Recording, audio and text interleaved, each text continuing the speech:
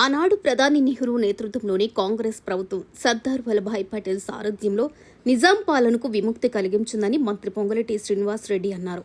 వరంగల్లో జరిగిన ప్రజాపాలన దినోత్సవంలో మంత్రి మాట్లాడుతూ, ఈనాడు రాహుల్ గాంధీ నేతృత్వంలో రేవంత్ రెడ్డి సారథ్యంలో నయా నిజాం పాలనకు విముక్తి కలిగిందన్నారు.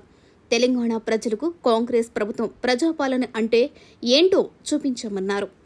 భారత ప్రధాని జవహర్లాల్ నెహ్రూ నేతృత్వంలోని కాంగ్రెస్ ప్రభుత్వం ఉప ప్రధాని హోం మంత్రి సర్దార్ వల్లభాయ్ పటేల్ ను పంపి నిజాం పాలన నుంచి విముక్తి కల్పిస్తే, ఇప్పటి నయా నిజాం ఇంటికి పంపడానికి ఈనాడు రాహుల్ గాంధీ గారి ఆధ్వర్యంలోని కాంగ్రెస్ పార్టీ రేవంత్ రెడ్డి గారికి, ఇతర కాంగ్రెస్ నాయకులకి ఆ పని అప్పగించింది.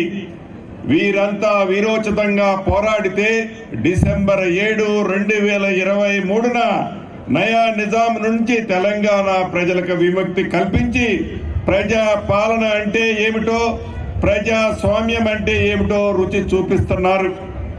తెలంగాణ రాష్ట్రం ఏర్పడి 10 ఏళ్లు గడిచినప్పటికీ గత ప్రభుత్వం తెలంగాణ ప్రజల సంక్షేమాన్ని కానీ రాష్ట్ర అభివృద్ధిని విస్మరించింది. గత సంవత్సరం 23 డిసెంబర్ 7వ తేదీన కొలువు తీరిన మన ప్రజా ప్రభుత్వం తెలంగాణ ప్రజానికం ఆంక్షలకి అనుగుణంగా అభివృద్ధి సంక్షేమం వైపు పయనిస్తుంది.